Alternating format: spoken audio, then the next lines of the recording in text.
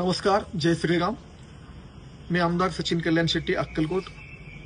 2 दिवसापूर्वी अक्कलकोट मधील जे गोरक्षकांनी जे बैल पकडले होते, त्या जे समाज माध्यमांवर जे पोस्ट झाले, व्हिडिओ झाले, त्याचा खुलासा करण्यासाठी मी हा व्हिडिओ शेअर करतोय।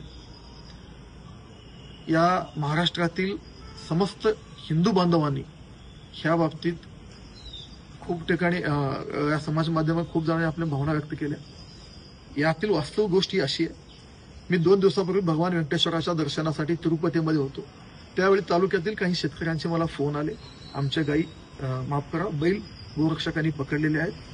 आणि मी खात्रीसाठी त्या सगळ्या शेतकऱ्यांशी बोललो। ते सगळे शेतकरी अक्कलकोटचे माझ्या विधानसभेतले होते आणि त्या सगळ्या शेतकरी माझ्या ओळखीचे होते। नुसते ओळखीचे नाही, मी त्या गावातील त्यांची पूर्ण पार्श्वभूमी माहिती काढली, सरपंच असतील, प्रमुख नेते असतील, यांच्याकडून माहिती काढून घेतली।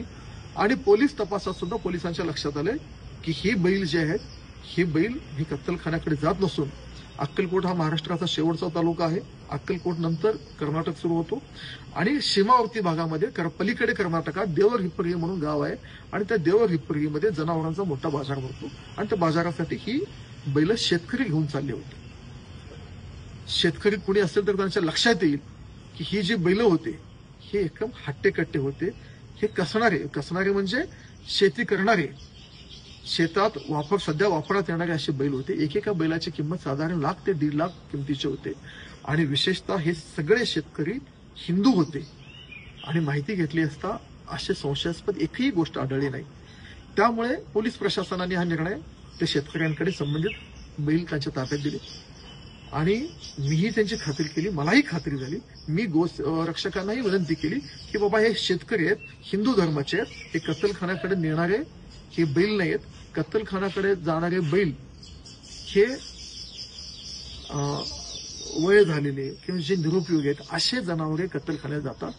धट्टेकट्टे लाख 1.5 लाख किमतीचे बैल कधीही शेतकरी जे असतील त्यांच्या लक्षात येईल, त्या व्हिडिओ सुद्धा आपण बघा की असे बैल कत्तलखान्याला जात नसतात। आणि जेव्हा सगळ्यांच्या खात्री पटल्यावर त्या शेतकऱ्यांच्या ताब्यात हे बैल दिले। सोशल मीडियावर जे फिरत आहे की हे बैल कत्तलखान्याकडे गेले, यातली एकही बैल ही कत्तलखान्याला गेलेली नाही। सगळी बैल ह्या त्या शेतकऱ्यांच्या ताब्यात आहेत, हिंदू धर्मीय शेतकरी आहेत आणि आपण आवर्जून समाज माध्यमांवर त्या शेतकऱ्यांची नावं उपलब्ध आहेत। त्या शेतकऱ्यांच्या शेतावर कोणीही आत्ताही भेट दिला तर सगळी बैल हे त्यांच्या ताब्यात आहेत। सचिन कल्याण शेट्टी हा बाल स्वयंसेवक राहिलेला आहे। प्राथमिक संघदृष्ट्या प्रथम वर्ष पूर्ण केलेलं आहे। माझे वडील दोन्ही कारसेवक राहिलेले होते आणि सचिन कल्याण शेट्टी आणि कल्याण शेट्टी कुटुंबात हिंदुत्व आणि गोसेवा हे आमच्या नसानसात भिनलेलं आहे। मी समस्त हिंदू बांधवांना एक गोष्ट आश्वस्त करू इच्छितो, कुणीही माझ्या भूमिकेवर संशय व्यक्त करू नये ही माझी विनंती आहे। कारण देव, देश आणि धर्म ह्या बाबतीत कधीही तडजोड करणारा कार्यकर्ता सचिन कल्याण शेट्टी नाही। प्रसंगी मी माझा जीव देईन पण धर्माला धक्का लागेल असं एकही गोष्ट माझ्याकडून या जन्मी कदापि नाही होणार। मी स्वतः गोसेवक आहे। माझ्या शेतात आपण जर आलात तर 200 गायी हे माझ्या शेतात आजही आहेत। मी गेल्या कित्येक वर्षापासून गोसेवा करतो आणि मागील 2 वर्षापूर्वी आपण सांगू इच्छितो, अक्कलकोटमध्ये बकरी ईदच्या दिवशी 250 गायी पकडून आम्ही स्वतः प्रशासनाच्या ताब्यात दिलो होतो, गुन्हाही दाखल केलो होतो। त्यामुळे अक्कलकोट विधानसभेमध्ये कुठल्याही गोमातेला धक्का लागणार नाही। असं काही घडलं तर सचिन कल्याण शेट्टी हा सक्षम आहे। कदापि मी मगाशी म्हणल्याप्रमाणे ह्या जन्मात देव, देश आणि धर्माला धक्का लागणारे एकही गोष्ट माझ्याकडून होऊ नये।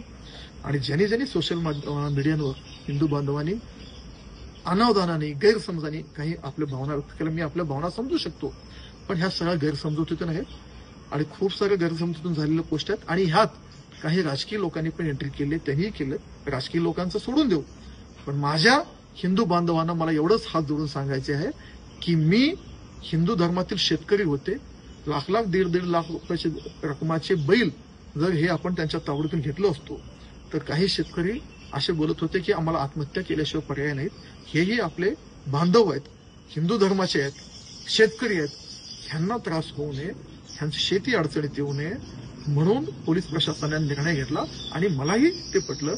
खूप साऱ्या अक्कलकोटमधील गोरक्षकांना हे पटलं, त्यामुळे खूप साऱ्या अक्कलकोटमधील गोरक्षक यातून निघूनही गेले. पण काही गैरसमजातून हा प्रकार घडलेला आहे. आपण सगळ्यांनी जो महाराष्ट्रात हा नेगेटिव्ह पसरला गेला होता त्याच्यासाठी कुठेतरी खुलासा व्हावा म्हणून मी आपल्याला हा व्हिडिओ शेअर केला. आणि मला निश्चित खात्री आहे आपण सगळे हिंदू बांधव मी आता जे सांगितलेले आहे की तंतोतंत खरं आणि यातून कुणा शासनता असेल आपण त्या शेतकऱ्यांकडे संपर्क साधून ती बैल आजही त्यांच्या शेतात आहेत का नाही आपण निश्चित खात्री करा. सगळ्या शेतकऱ्यांच्याकडे ते बैल आपल्याला उपलब्ध होतील. धन्यवाद. जय हिंद.